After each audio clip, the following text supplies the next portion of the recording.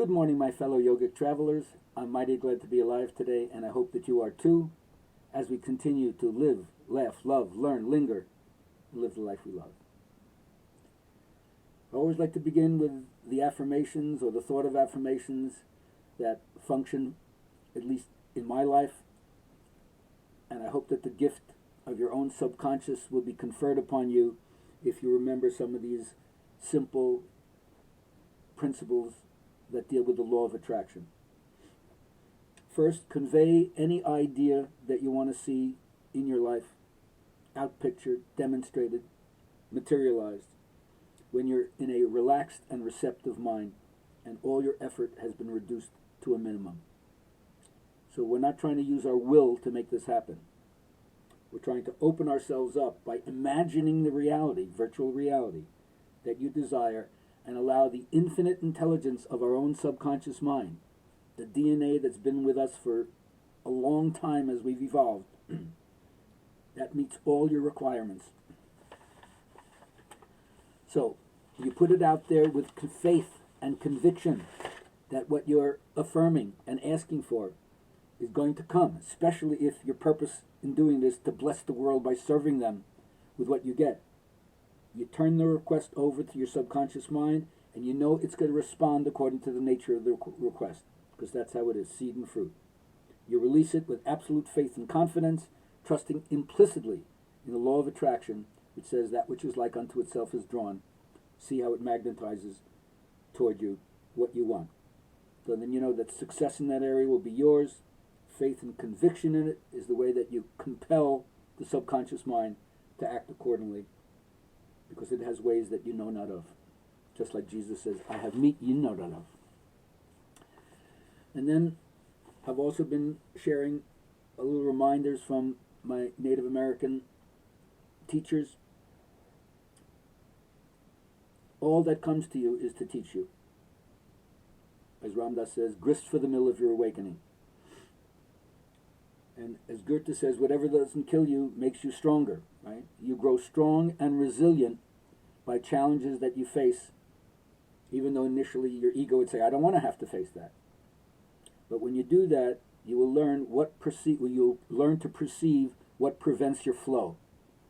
Because that's what we all want. We want to be hooked up and allowing the energy that's natural and vital to flow through us. But there's obstructions. There's things that prevent it from flowing. And so that's the game where we have to take into stock. How do we do it to ourselves? How do we sabotage ourselves? And then your practices are the things that you use to somehow ameliorate that, minimize it, eliminate it. And one of the toughest things to do, but has to be done, is lose the motivation to get something from the practice, which seems totally paradoxical. Why would I do a practice unless I wanted to get something from it?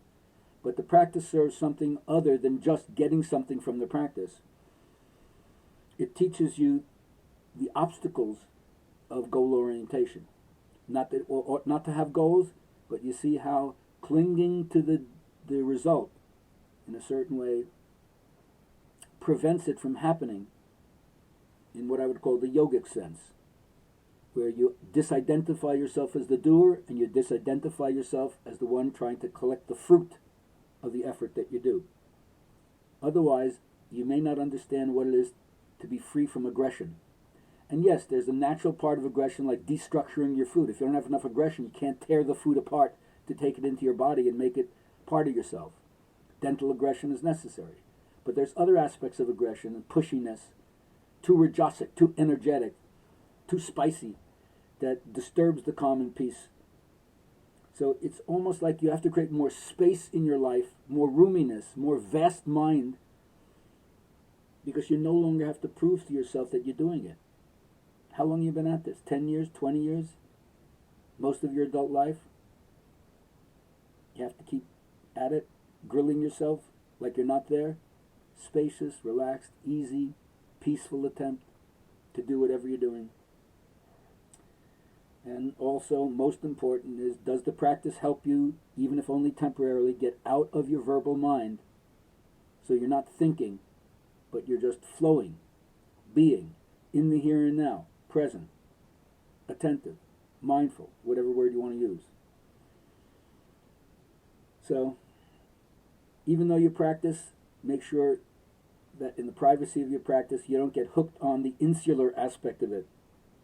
You don't want to just create fortifications in your mind or use your practice as a safeguard against facing the world of suffering and confusion. Makes it tough sometimes to leave the cloistered environment of your practice or the dojo or the ashram because the world is harsh and unpredictable, and post-meditation may not be as refined as you'd like. So shall we take the risk to internalize, do the practice, and then go out into the world again where we might lose our peacefulness and clarity? Of course we got to take the risk, because eventually there's no difference between the inner and outer.